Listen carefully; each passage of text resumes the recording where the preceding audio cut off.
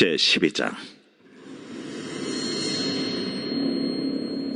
에브라임 사람들이 모여 북쪽으로 가서 입다에게 이르되, 내가 암몬 자손과 싸우러 건너갈 때 어찌하여 우리를 불러 너와 함께 가게 하지 아니하였느냐? 우리가 반드시 너와 내 집을 불사르리라.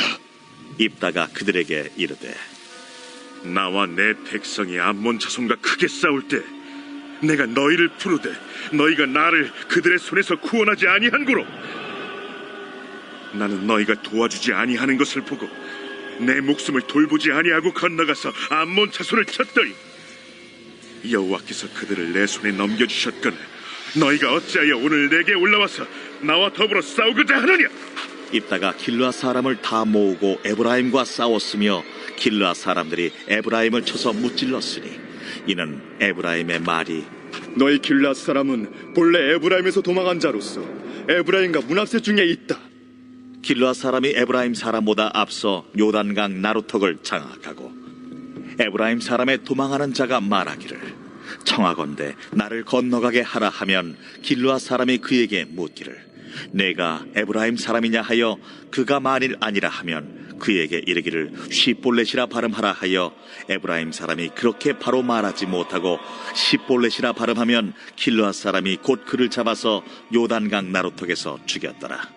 그때 에브라임 사람의 죽은 자가 42,000명이었더라. 입다가 이스라엘의 사사가 된 지 6년이라 길르앗 사람 입다가 죽음에 길르앗에 있는 그의 성읍에 장사되었더라.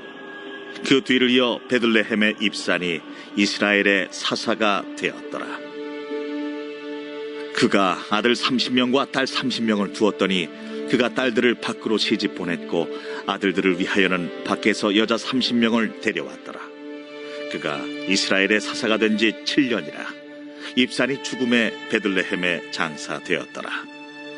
그 뒤를 이어 스불론 사람 엘론이 이스라엘의 사사가 되어 10년 동안 이스라엘을 다스렸더라. 스불론 사람 엘론이 죽음에 스불론 땅 아얄론에 장사되었더라. 그 뒤를 이어 비라돈 사람 힐렐의 아들 압돈이 이스라엘의 사사가 되었더라. 그에게 아들 40명과 손자 30명이 있어 어린 나귀 70마리를 탔더라. 압돈이 이스라엘의 사사가 된 지 8년이라 비라돈 사람 힐렐의 아들 압돈이 죽음에 에브라임 땅 아말렉 사람의 산지 비라돈에 장사되었더라.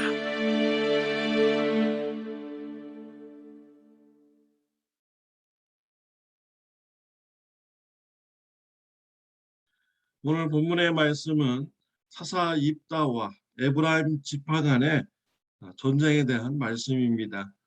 또한 3명의 소사사들에 대한 말씀입니다. 사사 입다가 암몬과의 전쟁에서 승리를 합니다. 이스라엘의 지도자로서 굳건해지게 됩니다. 이러한 모습을 에브라임 지파 사람들이 싫어했습니다.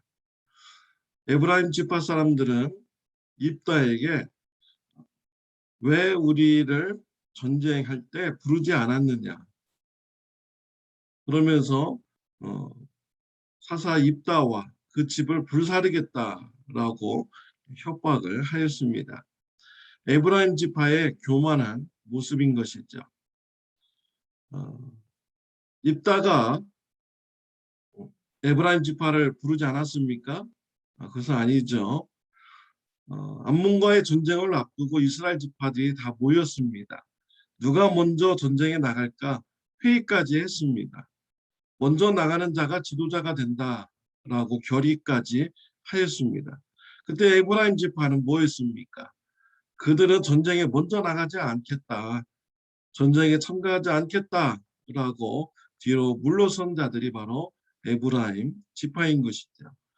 그래서 사사 입다가 전쟁에 먼저 나가서 암몬과 전쟁에서 승리하게 되었습니다.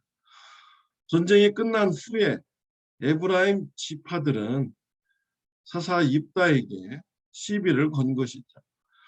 삼적 두목 같은 자가 자신들의 지도자가 되니 마음에 들지 않았겠죠. 또 에브라임 지파는 모든 지파들보다 아주 강력한 이런 지파라고도 할 수 있는데 그런 지파에서 지도자가 나오지 않고 다른 지파에서 나오는 것을 또한 그들이 용납하지 못했을 것입니다. 에브라임 지파는 이런 교만한 모습이 이번이 처음이 아닙니다. 전에도 그랬습니다. 사사 기드온이 미드안 족속들과의 전쟁에서 승리하게 됩니다. 그러자 에브라임 지파가 기드온에 가서 왜 우리를 부르지 않았느냐라고 하면서 또 시비를 걸고 싸웠습니다. 이때 기드온이 에브라임의 끝물 포도가 므낫세의 만물 포도보다 훨씬 낫다, 맛이 있다라고 이렇게 말하자 에브라임 지파 사람들이 싸움을 그치게 되었습니다.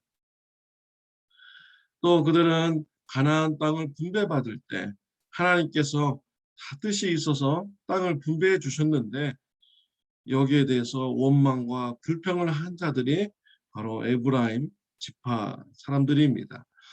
이와 같이 에브라임 지파 사람들은 매우 교만하였습니다. 자신들이 가진 이런 힘을, 그런 능력을 그들이 보면서 매우 교만했던 거죠. 자신들보다 더 잘난 사람들을 보지 못하는 교만한 마음을 가진 것입니다. 그래서 입다에게 불살라서 죽이겠다라는 이런 협박까지 하게 된 것입니다. 이러한 모습을 입다가 용납하지 않습니다. 입다도요, 자신의 그런 자존감을 무시하는 이런 에브라임 지파를 용납하지 않았습니다.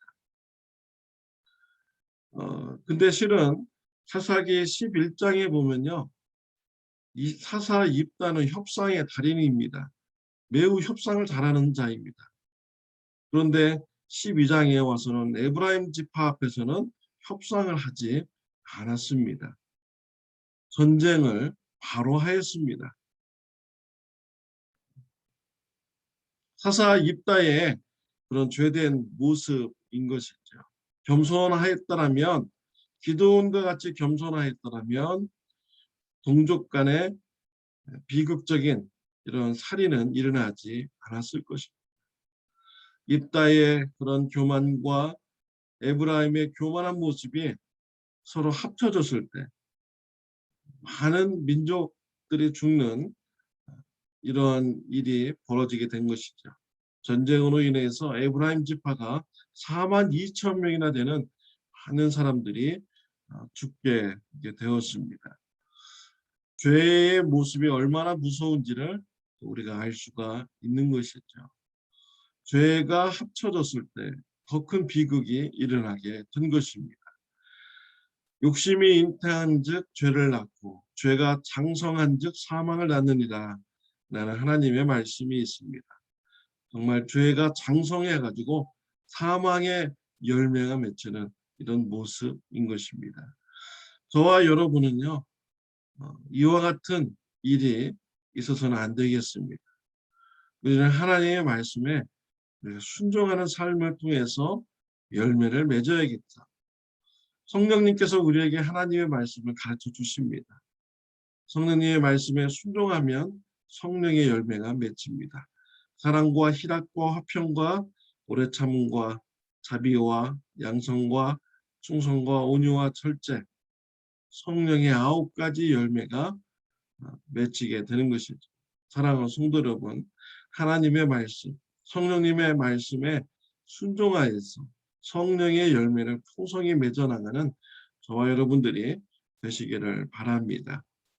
또 오늘 본문 말씀에 보면 소사사 3명이 나오고 있습니다.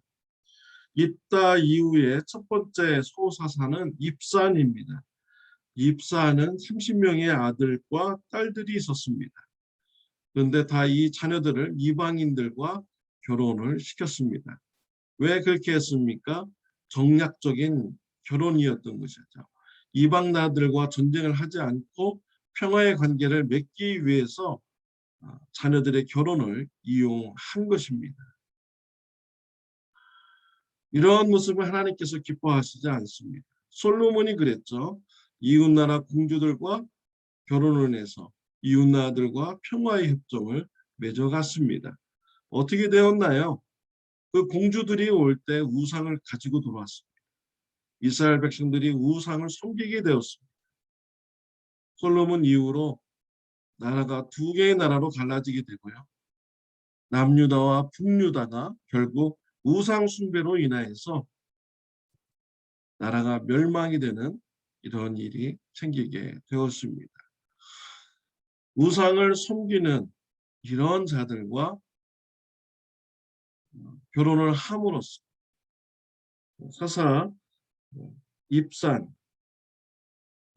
평화의 관계를 유지하려고 했죠. 인간적인 방법으로 평화를 가지려고 한 것입니다. 우리는요 하나님께서 주시는 이런 평화를 우리가 누려야겠습니다.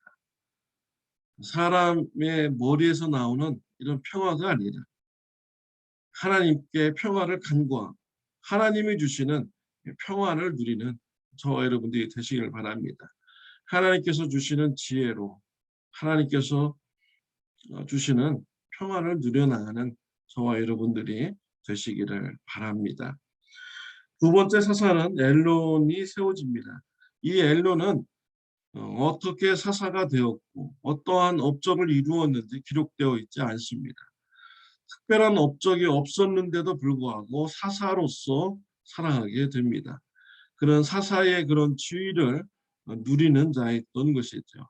하나님의 나라와 의를 위해서 이루는 이런 업적에는 관심이 없다라는 것을 보여주는 이런 인물인 것입니다.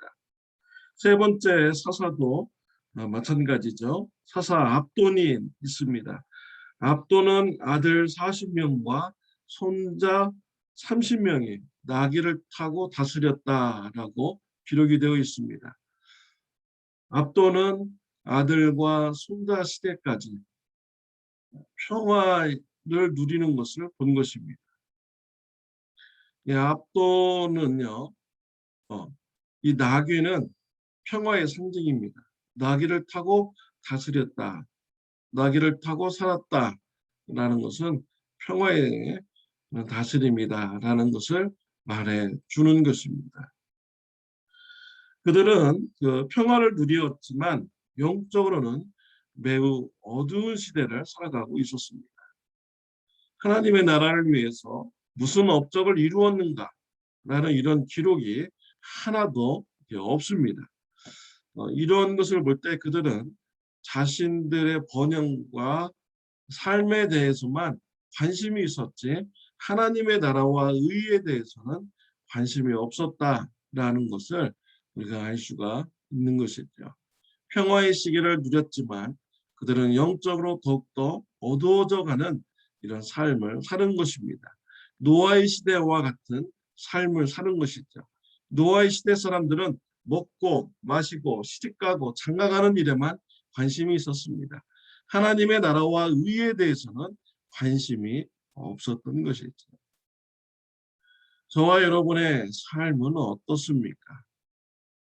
하나님의 나라와 의에 대해서 관심을 가지고 충성하고 헌신하는 저와 여러분들이 되시기를 바랍니다.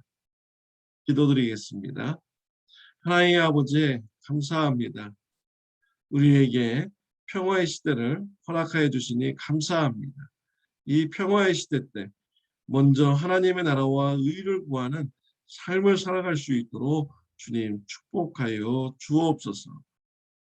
우리가 주의 열매를 맺기보다는 성령의 열매를 풍성히 맺어 나가는 축복된 삶이 있게 하여 주옵소서. 예수님의 이름으로 기도드렸습니다. 아멘. 좋은 하루 되시기를 바랍니다.